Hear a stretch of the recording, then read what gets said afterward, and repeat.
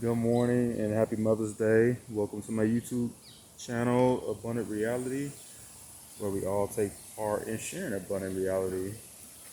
And I also have a GoFundMe page set up, and I mostly post it on Facebook and emails and things like that to further make videos and educate people and write my books and keep going with all those things. And of course, just living life and going to these beautiful places in nature. And today I just want to talk about self-image. And I'm here on, it's a subtle part of Tennessee, where everything is calm, casual, and I thought I was here at this park downtown by myself, but I guess not. It was more than just me and the squirrels and the birds this morning. There was a lot of people jogging around and walking around and things like that. And I was really unexpected, or well, blown off my feet about it. I didn't expect it at all. But in self-image, I just want to talk about how a lot of people think that it's more so of who you are or who you were made to be, or a reflection of another person that rose you, and you're made in the image of them, or that's how you were taught to be. And now that you grew up, your surroundings is your self-image, and that is no. Your surroundings of yourself that you find yourself in. The reason why I say it's not who you are, it's not a part of your self-image, because I think that if you have a strong mental health, that you may see yourself in certain surroundings that you are challenged to overcome, and that's due to a paradigm shift, which a paradigm is just a set of principles. It's in your brain, something that you're used to. It's like those limiting beliefs that just will not just leave your mind alone. Nice blue sculpture.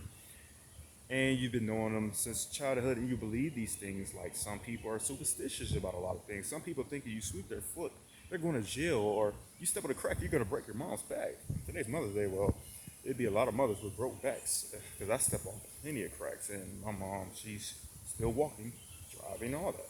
But it's just those things. So the thing is, you may see yourself in certain situations, and what I do believe about self-image is, what do you do when you're in those situations? Do you let those situations just become you and depict everything that you're doing while you're in those situations? Like, there may be a group of people that want to do this, want to do that, they just want to party, or there may be some negative energy or whatnot that you don't want to attach yourself to, but it becomes you just by being around. So, what do you do? What do you engage in? Do you follow your passion? Do you follow your mental practices of positive thinking and just stay peaceful and serene inside? What do you do while you're in those situations? Because a lot of times the situations are not you and your self-image. A lot of people find themselves in bankruptcy court or child support court. A lot of those guys have kids and ex-baby mothers and things, or we find ourselves in situations like that. But that doesn't mean that it's a reflection of who you are. It's how do you go about those court proceedings and about those issues that you have with your children or your baby mother or whatnot. I mean, are you happy to take care of those situations? Because actually, the more you free and limitless you are in doing those things, and after you pay the bills, you find so much freedom that you can do this, you can do that, and well, it's a breath of fresh air. You don't have to worry about paying that bill no more, at least for that month. And it becomes innate, something that you just regularly do, just out of the blue. You don't have to worry about the court sitting anymore. But if you choose to get mad about the situation over and over, well, it becomes you. What did that self-image say about you? Is that, well, it's something that's been within you. You probably complain about a lot of things in your life just over and over and over on a consistent basis. So it's just another thing on your platform to complain about. So part of your self-image is, in a negative sense, complaining about this, that, and the other. You could be narcissistic things, and I don't want to talk about that. I just want to shed light on that because once you do, you can shift, just like a paradigm shift. You can shift the reflection of your self-image, which is who you are, or who do you perceive yourself to be. If you perceive yourself to be an abundant, positive person, if you think abundant and positive thoughts, this is part of the puzzle. What do you do? Do you do abundant positive things? Do you follow your passion? Do you follow that bliss? That's shifting your self-image, and that's what I was saying about the court proceedings.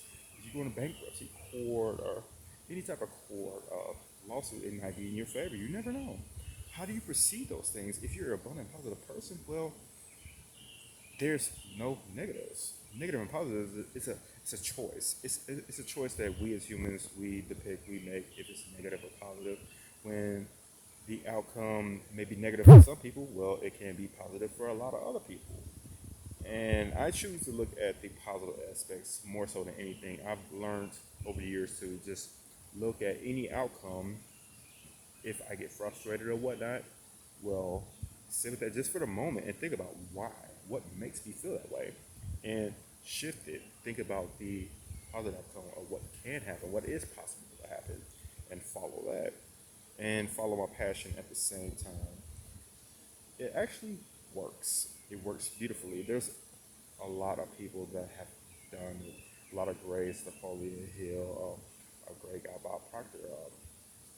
You have Jack Canfield. You have Oprah Winfrey. She's done a lot of paradigm shifting. Steve Harvey, D.L. Hewlett. A lot of people have done these things, and until you learn yourself and notice your self-image from what was, which is actually part of limiting beliefs. It's a big, massive buildup of limiting beliefs that can depict your self-image until you become aware of what do those limited beliefs do to you and make up your self-image and take control of that. And you look at yourself and look at your self-image like, what can I do? What am I able to do? What are the possibilities? Well, let's follow the possibilities because I'm passionate about this, that, and the other. So there's opportunities for me to just follow my passion and just follow your passion the whole way. And you will see a miraculous shift. It's life changing under any situation, under any weather. I can assure you that this shift is so massive. Um, I don't want to go into detail of it because I want you to experience the beauty of it. You will have no regrets of it, no matter what happens in life. You will actually just enjoy the shift and want to share it and teach others of how to do it, what what to go about. And some people will go to church and say it's a testimony, but it's more so like, well, it's a testimony, yes, but it's more so note of gratitude that I take it as more so of what am I grateful for, and I'm grateful for all these things, to be able to do these things, to acknowledge these things, and to notice the limited beliefs and the self-image, which is, I would say, almost a daily practice, because now it's at a point where it's just like I just do it without even noticing it.